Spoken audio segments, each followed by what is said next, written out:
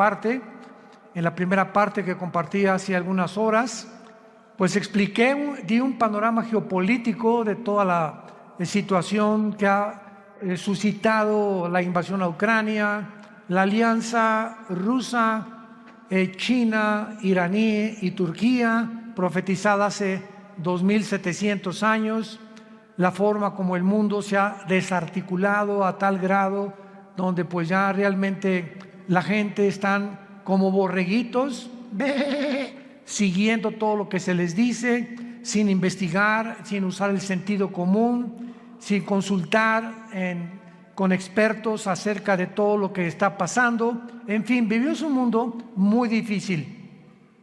Y una de las cosas más importantes es que la Biblia nos revela que vendrá sobre el mundo un periodo de tiempo de terribles catástrofes. No son comparables con nada de lo que en toda la historia, escuchen esto, ni siquiera con el diluvio universal de los tiempos de Noé. Porque vino el diluvio, ¿verdad? Y murieron inmediatamente todos los seres humanos, menos 8 personas, Noé, su esposa, sus 3 hijos y las 3 esposas de sus hijos. Pero lo que se viene del mundo se compara en la Biblia con los dolores de parto de una mujer. Cuando una mujer entra en dolores de parto, ya casi al iniciar el 9º mes, vienen dolores, van aumentando hasta que se rompe la fuente y llega la criatura tan esperada con el último dolor. Cristo comparó estos dolores de parto como se iba a llevar a cabo o como se iba a suceder los elementos geopolíticos, filosóficos, religiosos en el planeta Tierra antes de que Él venga por segunda vez. Y Cristo nos enseña, y sus apóstoles también muy claramente, que debíamos mantenernos vigilantes. Dice en Lucas 21:30 en adelante, para que sean dignos de escapar. ¿De escapar de qué? Pues de la tribulación. ¿De qué otra cosa vamos a poder escapar, verdad? Porque hay personas que enseñan que la iglesia va a atravesar la tribulación. Pero cuando este estudio nos va a ayudar a ampliar nuestra capacidad de comprensión teológica y bíblicamente para entender que es imposible que la iglesia atraviese la gran tribulación. Nos vamos antes. Tal vez ahorita saliendo, tal vez ahorita en la noche, mañana, la semana que entra, no sabemos el día y la hora, pero ya los cascos del Apocalipsis se encuentran sonando en el cielo. Y a la voz del novio está gritándole a la novia: vengo por ustedes, prepárate, porque muchos en ese momento me dirán: Señor, Señor, y les contestaré: yo nunca te conocí. Hablamos lenguas, hicimos milagros. También los demonios pueden imitar los dones y pueden imitar los milagros. Nunca los conocí porque nunca hicieron mi voluntad. ¿Y cuál es la voluntad de un cristiano? Bueno, cuando se formó la iglesia, desde el inicio de la iglesia, Hechos 1:8, y recibirán poder cuando haya venido el Espíritu Santo y me serán testigos. Entonces, la voluntad de Dios es que tú y tú y tú y yo y todos los que seguimos a Jesús hablemos del amor de la cruz. Le hables a tu familia, le des testimonio de lo que Dios hizo en tu vida. Puedes comenzar con eso. Fíjate que pues yo era así y era así, etcétera, etcétera. En la Navidad, en una fiesta, en un cumpleaños, y mi vida cambió. ¿Y por qué? Pues conocí a Jesucristo. Oye, pues yo también sigo a Dios, etcétera, etcétera. Y le contestas tú: ¿a cuál Dios? Los hindúes tenían 6 millones de dioses. Entonces la gente tiene muchas escapatorias, ¿verdad? Yo sigo a Jesús. Una vez le pregunté a una persona y le dije: ¿a cuál? ¿Cómo que a cuál? Le dije: mi cuñado se llama Jesús. O sea, dice, seguimos a Jesús. Bueno, hay cantidad de Jesuses, ¿no? Y el Jesús de la Biblia es otra cosa. Entonces vamos adiestrándonos para prepararnos, para estar mejor listos para estos tiempos que vivimos. Muy bien. Muchas personas creen que el rapto de la iglesia va a ser el inicio de la tribulación. O sea, desaparecemos del mundo millones de personas Y en ese momento comienza el anticristo a confirmar un pacto con los judíos y con varias naciones árabes. Sin embargo, no es eso lo que enseña la Biblia. El principal propósito de la tribulación, y la tribulación no se inicia con el rapto de la iglesia. Podemos irnos, por ejemplo, hoy en la noche en el rapto de la iglesia, viene Cristo mañana por nosotros, y pueden pasar un mes, 2 meses o tal vez un año cuando comience la tribulación. Entonces no necesariamente viene el rapto e inmediatamente comienza la tribulación. La tribulación, los que quieran apuntar, comienza, tiene su inicio cuando el anticristo confirme un pacto de paz con la nación de Israel y con naciones árabes. Abran sus Biblias en el libro de Daniel, capítulo 9, versículo 27.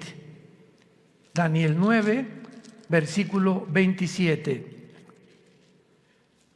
En este capítulo 9 de Daniel, de los versículos 24 al 27, se encuentra la famosa semana 70 de Daniel. Porque hace 2600 años, Daniel se encontraba en Babilonia cuando comenzó a leer al profeta Jeremías. Y Daniel descubre, leyendo el profeta Jeremías, de que el exilio o todo ese tiempo en que Nabucodonosor se llevó a los judíos a Babilonia, los 70 años de exilio estaban por terminar. Y Daniel se sorprendió, era un hombre de Dios que oraba 3 veces al día, en la mañana, en la tarde y en la noche. Estamos hablando de 1 a 2 horas diarias, perdón, en cada término de su oración. Entonces se hinca Daniel en el capítulo 9 y comienza a orar a Dios. Señor, ya va a terminar la cautividad babilónica. Jeremías profetizó que serían 70 años, y como él era un hombre que estudiaba la Biblia, como muchos cristianos, me espero que lo estén haciendo, estaba consciente de lo que iba a pasar. Entonces Daniel, después de orar, Dios le manda un ángel, y el ángel baja del cielo, y antes de que el ángel llegue a Babilonia o a donde estaba Daniel, Satanás envía a otro principado, al principado tal vez de Grecia o de Persia, para impedir que el ángel que mandaba Dios llegara a la tierra y le diera a Daniel el programa o la respuesta de cuánto faltaba para que Dios terminara con la nación de Israel. Entonces hay una guerra en el cielo, está en el capítulo 10 de Daniel, hay una guerra en el cielo.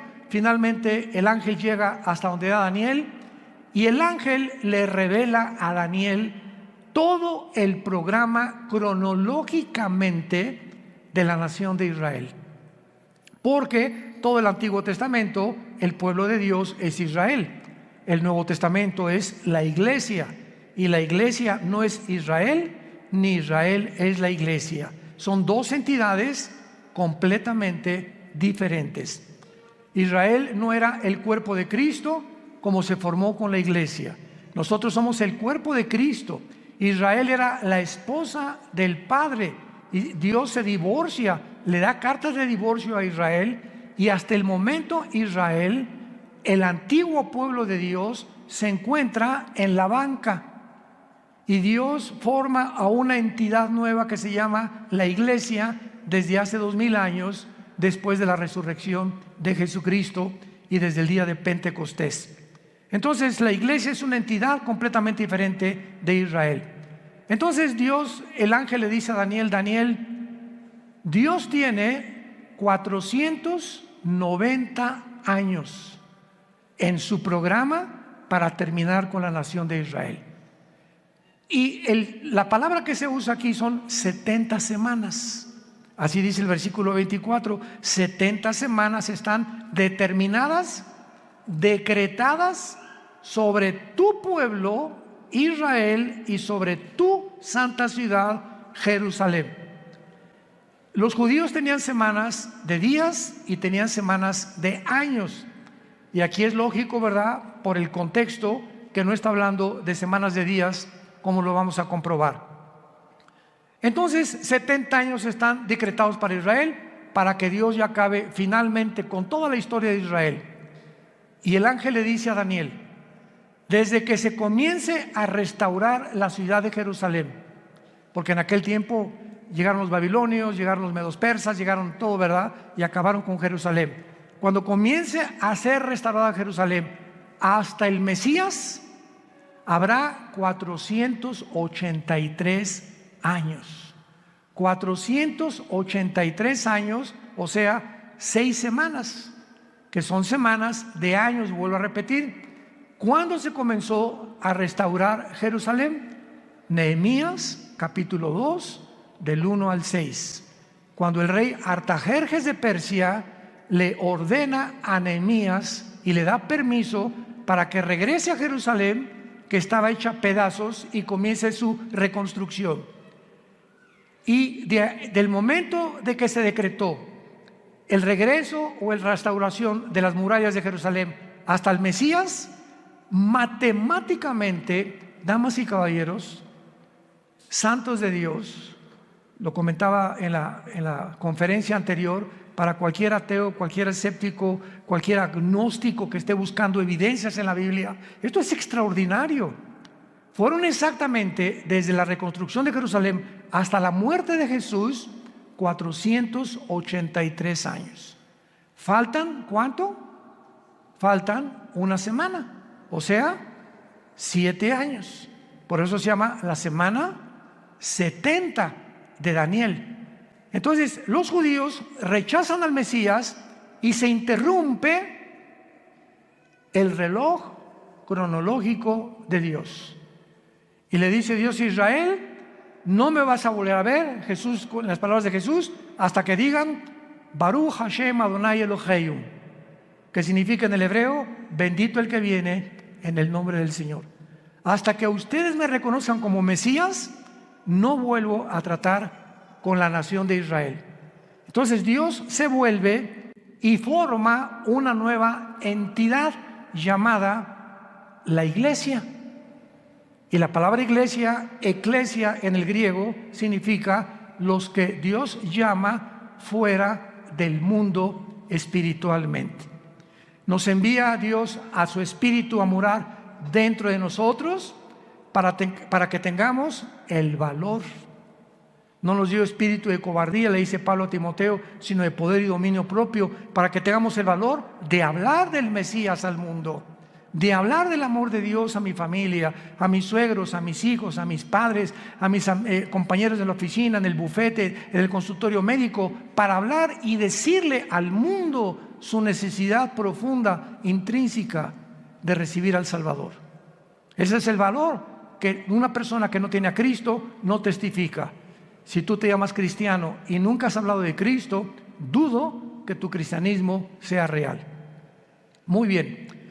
Entonces, esta semana que le falta Dios a tratar con Israel, se interrumpe por el periodo o la dispensación de la época de la iglesia, que tiene que durar 2000 años.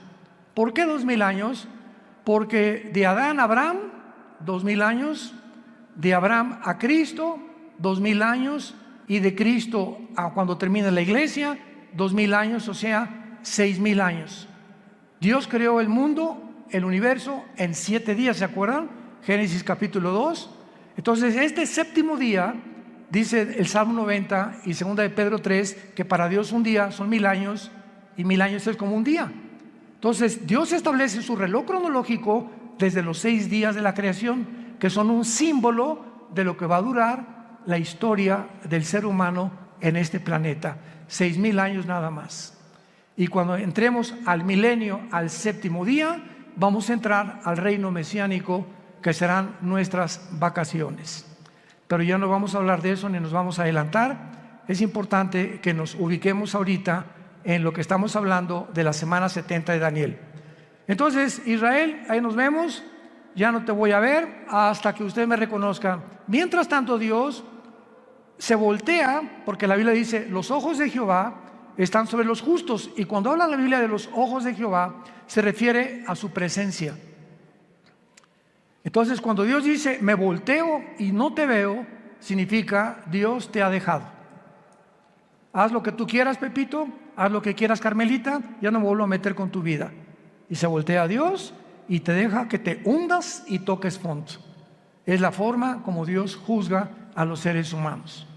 Si cuando venga tribulación y angustia me buscarás, y entonces no responderé, porque no es cuando tú quieras, es cuando oigas su voz, no te endurezcas.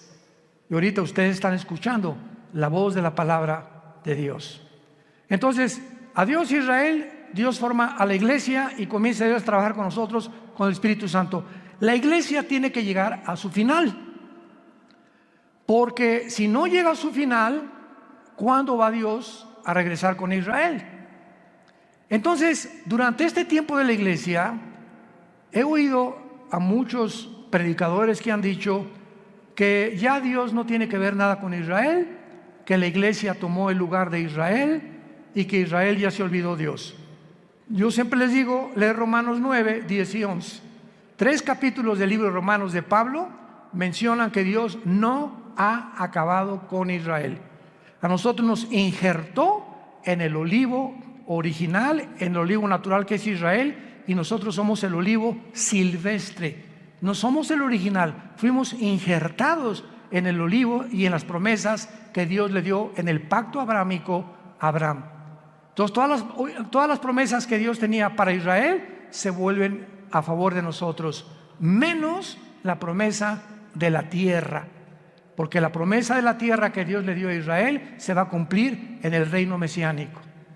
Entonces, ahora que Dios se está tratando con la iglesia tiene que salir del mundo para que estos 7 años que quedan de la semana 70 de Daniel, que se llaman los 7 años de la tribulación, y vamos a ver qué otros términos se usan en la Biblia, Dios trate con Israel y los meta a un horno. ¿Qué microondas ni qué nada? Va a ser un horno de fuego donde los va a purificar para que puedan estar listos y entrar junto con nosotros al reino mesiánico o al reino milenial. Pero veamos el versículo que más nos interesa, que es el versículo 27 de Daniel 9. Y por otra semana, o sea, por otros 7 años, ahí está la semana 70 de Daniel, es la semana que falta para Israel, que son los 7 años de la tribulación. Y por otra semana está hablando del anticristo. Confirmará el pacto con muchos. A la mitad de la semana hará cesar el sacrificio y la ofrenda, y después, con la muchedumbre de las abominaciones, vendrá el desolador, que es el anticristo, hasta que venga la consumación y lo que está determinado se derrame sobre el desolador. Santos de Dios, este versículo 27, por eso la Biblia es más moderna que el periódico de mañana en la mañana. La Biblia es más moderna que cualquier noticia que el mundo pueda sacar, porque todo Dios lo puso con anticipación para que cuando suceda nos acordemos que Dios es el Dios que conoce el futuro. Y ese es el verdadero Dios a quien tú y yo estamos sirviendo. Noten ustedes, hablando del anticristo, versículo 27, y vamos a traducirlo, por 7 años el anticristo va a confirmar, no a afirmar. ¿Ya lo vieron? Confirmar un pacto. Esto significa que cuando nos vayamos nosotros y el anticristo se siente con los rabinos judíos o con los gobernantes de Israel actuales, o no sabemos quiénes serán, para firmar un pacto, confirmar un pacto, estos gobernantes judíos van a aceptar que este hombre les garantice la paz por 7 años, por la semana 70 de Daniel, que son 7 años. Entonces el anticristo les va a decir, por 7 años les garantizo que ninguna fuerza externa, ningún poder, ni Rusia, ni China, ni nadie los va a atacar. Pero al mismo tiempo dice, confirmará el pacto con muchos, aparte de Israel. ¿Quiénes son estos muchos? Las naciones árabes. que han sido su principal enemigo de Israel. Ahora, qué maravilloso. Desde 1948 que Israel se estableció como nación soberana, independiente y libre, y el mundo estupefacto volteó hacia Israel, en un día se formó una nación, después de casi 2000 años que estuvieron exiliados por todo el mundo. Entonces, esto es impresionante, porque desde 1948 hasta principios de este siglo, síganme con cuidado, hasta principios de este siglo, solo dos naciones árabes habían firmado pactos de paz con Israel: Jordania y Egipto, que todavía permanecen estos paz con Israel. Pero en estos últimos meses de la administración de Trump y la administración de los demócratas en Estados Unidos, las naciones árabes, aparte de Egipto y Jordania, cosa que nunca se había visto en la historia, comenzaron a decirle a Israel: ¿nos das chance de estar bajo tu paraguas? ¿Qué? ¿What? ¿Nos das oportunidad de que quedemos bajo su protección? ¿Cómo? ¿Qué hizo que las naciones árabes comenzaran? Bahrein, los Emiratos Árabes Unidos, Sudán, Marruecos, le estén pidiendo ayuda a Israel a entrar en lo que se llama el Acuerdo de Abraham, que firmó Israel con los Emiratos Árabes, con Bahrein, puras ciudades árabes, y últimamente ya son casi 6 o 7 naciones árabes que están bajo el paraguas de Israel por causa de Irán. Porque Irán comienza a bombardear a Arabia Saudita hace 1 o 2 años, a sus pozos petroleros, y Estados Unidos no interviene, ni tampoco Israel, porque Israel no tiene ningún pacto con Arabia Saudita, es la nación más grande de toda la península arábica. Entonces se dan cuenta los árabes que si Estados Unidos no los protege ya, solamente les queda la aviación y el ejército de Israel, que es el ejército más poderoso del mundo entero. Así de chiquititos, pero bien picosos. Entonces comienzan a pedirle ayuda a Israel. Oye, vamos a un acuerdo. Israel feliz, ¿verdad? Porque ahora Israel les da protección y se están protegiendo más y más y más. Y cuando dice que el anticristo va a firmar con Israel y con muchos, ya son 7 naciones árabes las que han firmado el Acuerdo de Abraham. Falta Arabia Saudita. Y Arabia Saudita, ahora que vino el presidente Biden a Arabia, todo el mundo, primero fue Israel, después fue Arabia, todo el mundo estaba esperando porque él venía a eso. Pues vamos a convencerlos de que firmen y se unan a Israel. Pues el jeque de Arabia Saudita le dijo al presidente Biden: no vamos a firmar ningún tratado de paz con Israel, porque tenemos una sola condición: cuando Israel haga la paz con los palestinos y Israel le permita a los palestinos poner un estado palestino dentro de Israel, firmamos el Acuerdo de Abraham, cosa que los judíos nunca van a hacer. Así que le están pidiendo, ¿verdad? Algo que está completamente en contra de la misma política de hace más de 75 años que se formó Israel, para que ellos permitan que los palestinos formen un estado dentro de Israel. Imagínense, ahorita están los palestinos en la Franja de Gaza, están en el Banco Oriental, en Jericó, y están en la frontera con Galilea, en las colinas del Golán, Siria, apuntando los cañones contra Israel. Entonces imagínense que en México haya 2 Méxicos. O sea que la península de Yucatán y Chetumal, etcétera, etcétera, le digan al presidente: pues nos independizamos del gobierno mexicano, pero vamos a estar dentro de la República Mexicana, pero con 2 gobiernos. Vamos a hacer completamente 2 gobiernos, y va a haber 2 gobiernos dentro del mismo terreno geográfico de la República Mexicana.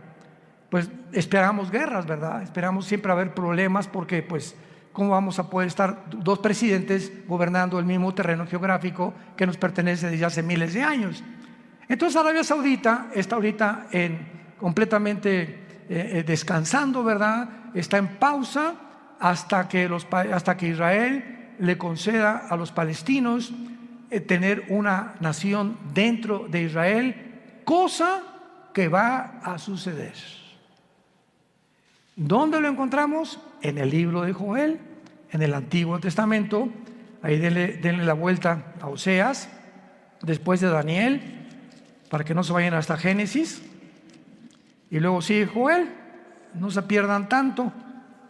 Y aquí en el libro de Joel, capítulo 3, que describe la Tercera Guerra Mundial y la venida de Jesucristo, dice así, Joel capítulo 3, versículo 1 y 2, principalmente. Porque he aquí que en aquellos días y en aquel tiempo en que haré volver la cautividad de Judá y de Jerusalén, reuniré a todas las naciones y las haré descender al valle de Josafat, o sea, al valle del Meguido, donde será y se librará la Tercera Guerra Mundial, conocida como la batalla del Armagedón, que se encuentra en Apocalipsis 16, del 12 al 14. Los reuniré en el valle de Josafat, y allí entraré en juicio con ellas a causa de mi pueblo y de Israel, mi heredad, a quienes ellas esparcieron entre las naciones y repartieron mi tierra. Una de las razones por las cuales Dios se va a enojar con la nación de Israel es que van a acabar cediendo a la presión de otras naciones para permitir dos naciones dentro de una nación. Repartieron mi tierra, la tierra que Dios le prometió a Abraham, a Isaac y a Jacob. Muy bien, ahora veamos este famoso pacto de paz o tratado que confirmará el anticristo, porque hay 5 cosas claves de este tratado, los que lo quieran apuntar. Número 1, el tratado de paz que el anticristo va a confirmar con Israel será entre Israel y el anticristo, involucrando a naciones árabes. Número 1, involucrando a naciones árabes. Puesto que el anticristo tiene que surgir de alguna de las naciones que formaron el antiguo imperio romano, él será el principal protagonista. Ahora vean esto. Para los judíos el anticristo va a ser casi como un Mesías, porque para que hayan confiado que nadie los va a agredir y para que el anticristo tenga el poder de detener a naciones que sean contra Israel, es porque el anticristo va a ser un personaje sobrenatural, controlado por un principado completamente angelical, un principado de Satanás. Ahora esto es muy importante, ¿verdad? Porque él va a ser el principal protagonista y él no va a permitir que nadie los ataque. Antes de que el anticristo firme este tratado, va a haber 2 guerras en Israel, que están mañana en el periódico delante de nosotros. La primera es la del Salmo 83. El Salmo 83 profetizó hace 3000 años que las naciones árabes que forman el círculo cercano a Israel, Egipto, Jordania, el Líbano, Irak y Siria, van a tratar de aniquilar a Israel por segunda o tercera o cuarta vez. Lo intentaron en el 48 cuando regresaron. Al otro día, cuando el primer ministro de Israel proclamó Israel como un estado libre y soberano, los atacaron al otro día, el 15 de mayo de 1948. Los volvieron a atacar en 1956. Los volvieron a atacar en la Guerra de los 6 días, 1967, junio del 1 al 7 de 1967. Y los volvieron a atacar en la Guerra de Yom Kippur, 1973. Cuando Yasser Arafat formó el movimiento para la liberación de Palestina, jurando en el decreto que tienen los palestinos: nunca permitiremos que podamos tener un gobierno en Israel sin Jerusalén. Imagínense nada más. Todos los diplomáticos, el presidente Bush, el presidente Carter, el presidente Clinton, el presidente Reagan, el presidente Trump, el presidente Biden, le han dicho a los palestinos: bueno, les damos la mitad de Jerusalén y les damos aquí, les damos allá, y ellos dicen: no, toda Jerusalén. O sea, cosa, ¿verdad? Me río porque es una imposibilidad. Como dijo Benjamín Netanyahu, que tal vez próximamente vuelva a recobrar el primer ministerio en Israel. Netanyahu dijo: el día que realmente nuestros enemigos quieran que les demos Jerusalén, vamos a tener lista la operación Sansón. Así se llama, la operación Sansón. ¿Qué pasó con la operación Sansón? ¿Se acuerdan de la vida de Sansón? En Números capítulo 3 en adelante. Bueno, a Sansón le sacaron los ojos, una mujer lo debilitó en sus fuerzas por andar ahí de rabo verde, ¿verdad? Y el Espíritu Santo lo abandonó a Sansón, se quedó sin fuerza, y entonces los filisteos tenían como un circo, lo pusieron lo empujaron, a ver tu fuerza, etc., y comenzaron a burlarse de él. Y ahí Sansón, en medio de este espectáculo donde todos se burlaban de él, los filisteos, le dijo a Dios: Padre, por favor, yo te pido, como un último acto de mi voluntad, llévame a donde haya 2 columnas, porque Sansón conocía el teatro filisteo, para que yo pueda derribar este teatro. Y entonces unas personas que lo guiaron, ¿verdad?, lo pusieron debajo de las 2 columnas, y entonces Sansón muere junto con todos los filisteos. O sea, Sansón tenía el ministerio de acabar con los filisteos, y fue hasta su muerte que terminó con ellos. En su muerte terminó con su ministerio. Entonces los judíos le llaman Operación Sansón. Si nos atacan, morimos junto con ustedes. Tenemos la bomba nuclear. Entonces Israel nunca va a permitir una invasión. Hasta este momento no lo ha permitido, y siempre ha ganado. Y nunca Israel ha sido el que provoca a sus enemigos. Nunca él ha buscado la guerra. Siempre se ha defendido de las naciones árabes. Con esto, para que no haya malos entendidos, no estamos hablando que somos judíos, porque ahorita no hay judío, no hay griego, no hay gentil, no hay italiano, no hay mexicano. En Cristo, en la iglesia, todos somos iguales. Y ahorita los judíos tampoco son parte de Dios. Están en la banca. Ahorita la iglesia son los ojos y el interés principal de Dios el Padre. Pero Dios va a regresar con ellos cuando la iglesia no está en el mundo. Esta guerra del 83 no tarda en liberarse, porque Irán sigue amenazando a Israel. Esta semana Israel bombardeó el aeropuerto de Alepo, donde encontraron que había aviones cargados de armas iraníes que estaban proveyéndoselas a los sirios para atacar a Israel. Entonces ahorita Israel anda, ¿verdad?, pero con los ojos abiertos, con sus aviones F-35 vigilando por todos lados que no haya movimientos de armas de Irán, principalmente a Líbano, a Siria o a Irak, porque son las naciones donde Irán tiene la supremacía.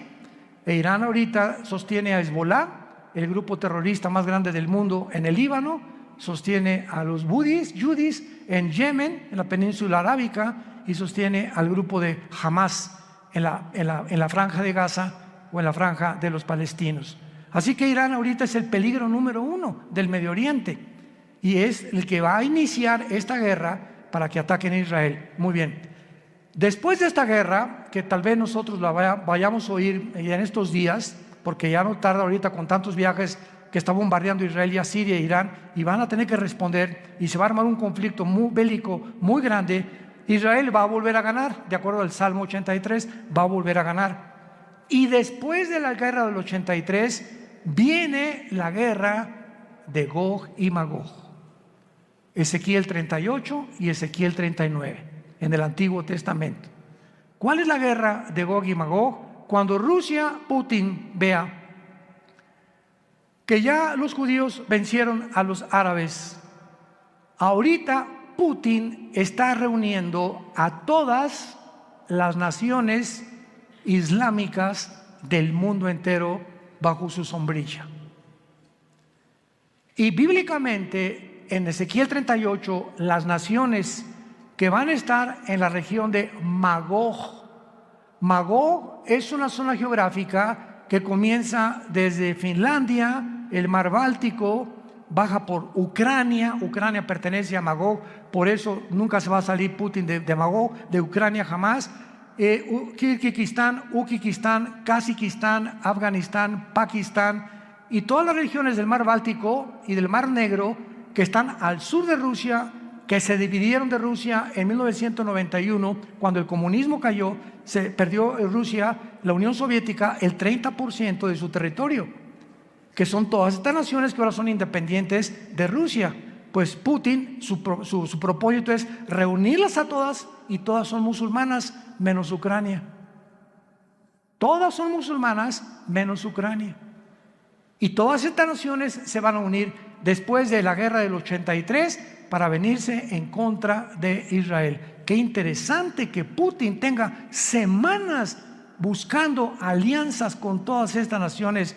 Ya está en Kazajistán, acaba de salir de Kazajistán hace algunos días y va a comenzar a recorrer o a hacer una campaña para unir estas naciones y se cumpla Ezequiel 38 y 39, que será la guerra de la antesala de la guerra del Armagedón. Y pienso de una forma particular que estas dos guerras, la del Salmo 83 y la de Ezequiel 38 y 39, van a suceder antes de que nos vayamos de este mundo. Es posible que veamos y seamos testigos de estas dos invasiones. Y el anticristo, viendo que otra vez derrota Israel a Rusia, porque viene de Rusia con Gog y las naciones musulmanas, entonces el anticristo va a ser el papucho de papuchos.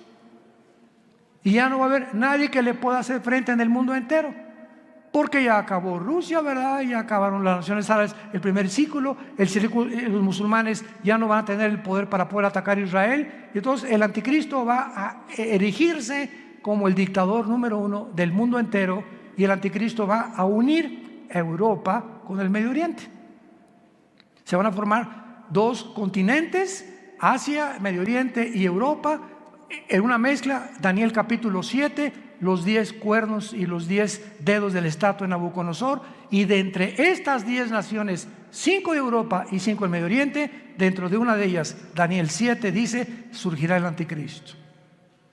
Así que no especulemos que el anticristo es el Papa, o que Obama tiene cara del anticristo también, o que el príncipe Felipe por aquí por allá, o que Gorbachov se murió hace 3 días, así que tampoco podía ser el anticristo. Decían que porque tenía un lunar aquí era el 666. Bueno, ha habido tantas especulaciones, ¿no?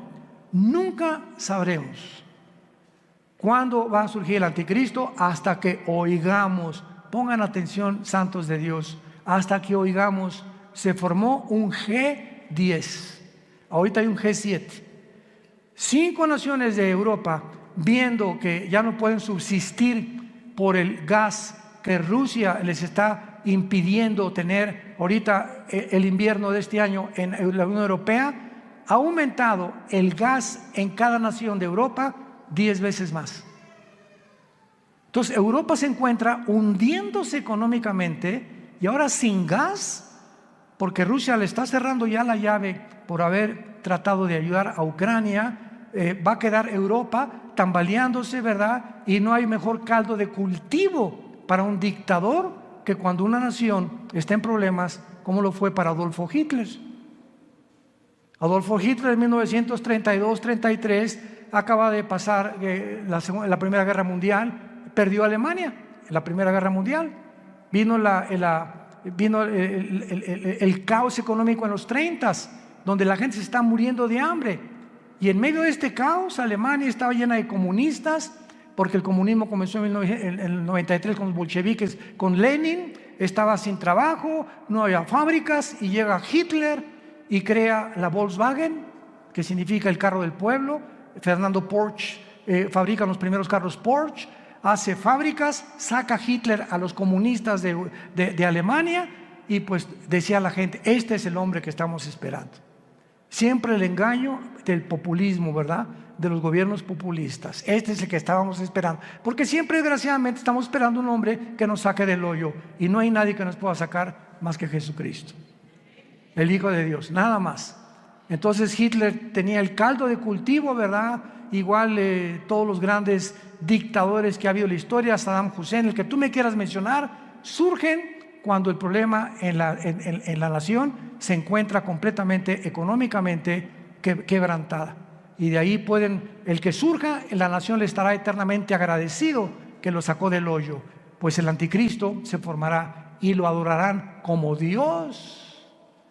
De los milagros va a solucionar el problema de Europa, va a solucionar el problema del Medio Oriente, va a solucionar el problema de África, va a solucionar el problema del hambre, del clima y de todos los problemas que ahorita han sido insolubles. El anticristo tendrá la sabiduría, la destreza, el poder de poder realizarlo. Veamos en el libro de Daniel capítulo 8 lo que acabamos de comentar del anticristo. Porque aquí se escriben en estos versículos claramente los poderes del anticristo durante la tribulación. Daniel 8, 23 al 25. Está hablando de la persona del anticristo. Escuchen con mucha atención. Y al final del reinado de estos, cuando los transgresores lleguen al colmo, se levantará un rey altivo, de rostro y entendido en enigmas. Su poder se fortalecerá, mas no con fuerza propia, y causará grandes ruinas y prosperará, y hará arbitrariamente y destruirá a los fuertes y al pueblo de los santos. Con su sagacidad hará prosperar el engaño. En su mano y en su corazón se engrandecerá, y sin aviso destruirá a muchos, y se levantará contra el príncipe de los príncipes, pero será quebrantado, aunque no por mano humana. Rápidamente, para terminar, resalto estas características. En primer lugar, el poder del anticristo no será de él. Su poder se fortalecerá, mas no con fuerza propia, y lo explica Apocalipsis capítulo 13. Y Satanás le entregó su autoridad, y le entregó su poder, y le entregó su sabiduría al anticristo. Por eso dice, su poder se fortalecerá, pero no de él. Todo lo que él haga será porque estará completamente poseído por principados demoníacos. En segundo lugar, dice el versículo 23, que va a ser un rey altivo de rostro y entendido en enigmas. Apunte la palabra en hebreo, enigmas, que es chida. No chiro, chida. C-H-I-D-H-A. Chida. Escuchen lo que significa la palabra chida. Significa dichos o cosas difíciles de resolver, problemas para la inteligencia común del ser humano. O sea, que él va a tener una capacidad sobrenatural, científica, filosófica, política, religiosa, que va a asombrar a la mente más brillante que pueda en ese tiempo existir en el mundo.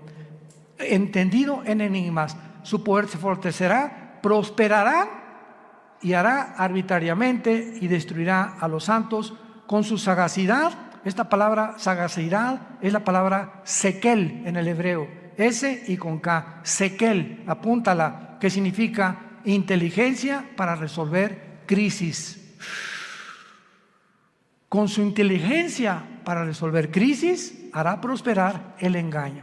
O sea, todo su reino será de engaño, de mentiras, de promesas falsas, porque a los 3 años y medio, en lugar de los 7 años, entrará al templo judío, les permitirá reconstruir el tercer templo a los judíos, los traicionará a los judíos y comenzará la persecución. Mateo 24, 15 al 20. Así que nos encontramos, hermanos, ante un panorama delante de nosotros que es muy claro, porque será un pacto firme el que va a confirmar. Va a iniciarse con 7 años de falsas promesas. Les dará a los judíos el derecho de reconstruir el templo, y a los 3 años y medio profanará el templo, persiguiendo a los judíos y a los cristianos que queden en aquellos días. Tenemos ante nosotros una película, por eso se llama el Apocalipsis. ¿Saben qué significa la palabra Apocalipsis? Viene del griego descorrer la cortina. Es lo que significa, descorrer la cortina. Dios en el Apocalipsis nos descorre las cortinas que nadie con su inteligencia natural o humana puede penetrar en el futuro más que el Dios de la Biblia. Nos corre y nos abre la ventana para que nos asomemos y nos diga: he aquí, vengo en breve.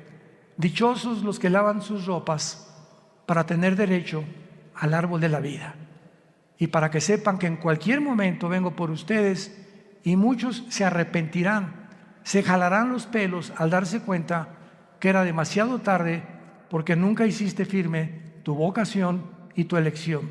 La puedes tú hacer en esta tarde a través de la convicción que el Espíritu Santo causa en tu corazón. Oremos. Te damos gracias, Padre y Dios de Jesucristo nuestro Señor, el gran pastor de las ovejas, por el pacto sempiterno. Oramos que Dios te haga hacer, que te motive y que tu pueblo pueda despertar, Señor, porque tu pueblo está dormido. Hay un engaño operando en el mundo entero ya, haciéndonos creer cosas que no son reales. Los medios de comunicación están llenos de mentiras, falsedades por todos lados, donde el mundo ya no sabe qué creer y qué no creer. Pero tenemos la palabra profética más segura, a la cual haríamos bien en estar atentos como una antorcha que alumbra en lugar oscuro, hasta que el lucero de la mañana salga en nuestros corazones. Gracias, Padre, por tan grande salvación, por esa cruz donde tu Hijo le pusieron espinas en la cabeza, clavos en las manos y clavos en los pies, y desangrando y agonizando, Él pudo expresar las palabras más sublimes que un hombre en ese estado pueda expresar: perdónalos, porque no saben lo que hacen. Pero en este momento tú ya sí sabes que Él murió por ti, para pagar por tus pecados, que fue enterrado, crucificado y resucitado a los 3 días, y que tú necesitas abrazar esa cruz hoy, que tu corazón está preparado, e invitarlo a tu vida como tu Señor y Salvador. Dile estas palabras desde lo profundo de tu alma, si quieres en este momento arrepentirte de tu vida y entregársela a Dios. Padre, te pido perdón por mi vida, por mis pecados. Creo que en esa cruz con tu sangre pagaste por ellos, y que a los 3 días resucitaste de los muertos. Y porque creo que vives, Jesús, te pido que entres a mi corazón como mi Señor y mi Salvador. Te doy gracias por la vida eterna y por lo que harás en los pocos días que me quedan de vida para hablar de ti, Señor. No perderé ninguna oportunidad ya en la vida de dar testimonio de tu gracia y amor en la cruz. En el nombre de Jesús. Amén. Gracias a Dios por esta palabra. Gracias a Dios por este libro maravilloso que Dios nos ha dejado. Ámala. Lee la Biblia, estudia la Biblia, memoriza la Biblia, medita la Biblia, día y noche. Y Dios te promete, el Dios que inspiró este maravilloso libro, que es un compendio de 66 libros, que Él te hará prosperar en todo lo que tú hagas, si tú buscas a Él y su reino en primer lugar. Y Él no es hombre para que mienta, ni hijo de hombre para que se arrepiente. Lo que Dios cumple lo va a hacer realidad en tu vida. Pero tú tienes que apegarte, abrazar, arraigarte a esta palabra santa. En la mañana ábrela en los Salmos, en Proverbios, en Juan. Léela 15 minutos, 20 minutos. Antes de leerla, Padre, abre mi corazón a tu palabra. Dame entendimiento, Espíritu Santo. Ahorita vamos a comer todos. No están ayunando, ¿verdad? Y antes de comer, donde quiera que estés, ahora agarra a tu mamá, a tu esposa, que tal vez no habías hecho. Padre, gracias por estos taquitos de barbacoa. Gracias, Señor, por esta comida, en el nombre de Jesús. Y comenzamos ya a vivir una vida de agradecimiento al Creador y al que dio su vida en una cruz por nosotros. Antes de acostarte, Padre, gracias por este día. Me acuesto en paz, me acostaré y así mismo dormiré, porque tú me haces vivir confiado. Quiero dormirme como un angelito sin pensar en nada, porque mañana tú me dirás qué cosa tengo que hacer.